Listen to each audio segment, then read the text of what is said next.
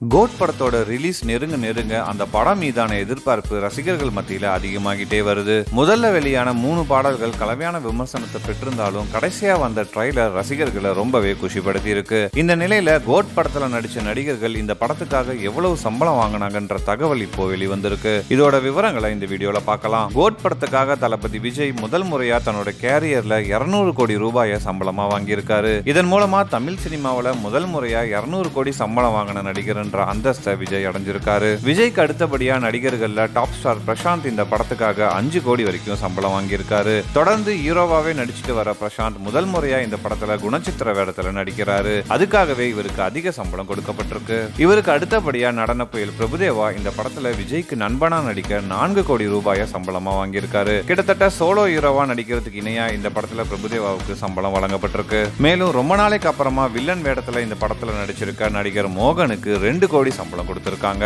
80கள்ல top ஹீரோவா இருந்த மோகன் முதல் முறையா இந்த படத்துல வில்லனா நடிக்கிறாரு. அதே போல இந்த படத்துல தளபதி விஜய் 2 வேடங்கள்ல நடிக்கிற நிலையில இதுல அப்பா விஜய்க்கு ஜோடியா ஸ்னேகா நடிக்கிறாங்க. இதுக்காக நடிகை ஸ்னேகாவுக்கு 75 லட்சம் சம்பளம் கொடுத்திருக்காங்க.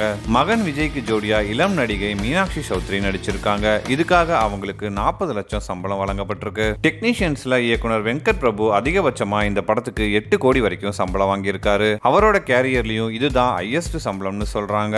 அதே போல இசையமைப்பாளர் யுவன் சங்கர் ராஜா இந்த படத்துக்கு 2 கோடி வரைக்கும் சம்பளம் வாங்கியிருக்காரு. இது போக ஆடியோ உரிமையில அவருக்கு கொஞ்சம் ஷேர்ஸ் கிடைக்கும்னு சொல்லப்படுது. இப்படி மற்ற நடிகர்களோட சம்பளம் மற்றும் படப்பிடிப்புக்கு செய்யப்பட்ட செலவுன்னு ஒட்டுமொத்தமா கோட் படத்தோட பட்ஜெட் 333 கோடிங்கிற தகவலை மூத்த பத்திரிகையாளர் பிஸ்மி வெளியிட்டிருக்காரு. அதே சமயம் ரிலீஸுக்கு முன்னாடியே இந்த படம் 400 கோடிக்கும் அதிகமா பிசினஸ் செய்யப்பட்டு தயாரிப்பாளர்களுக்கு இப்பவே 100 கோடி லாபத்தை கொடுத்திருக்கிறதாவும் சொல்லப்படுது. அந்த வகையில கோட் படம் இப்பவே வெற்றி படமா அமைஞ்சிருக்கு. கோட் படம் மீதான உங்களோட எதிர்பார்ப்பு என்னங்கிறத கமெண்ட் செக்ஷன்ல சொல்லுங்க. மேலும் இந்த வீடியோ பிடிச்சிருந்தா லைக் பண்ணுங்க. இது போன்ற வீடியோக்களுக்கு தொடர்ந்து நம்ம சேனல் சப்ஸ்கிரைப் பண்ணுங்க.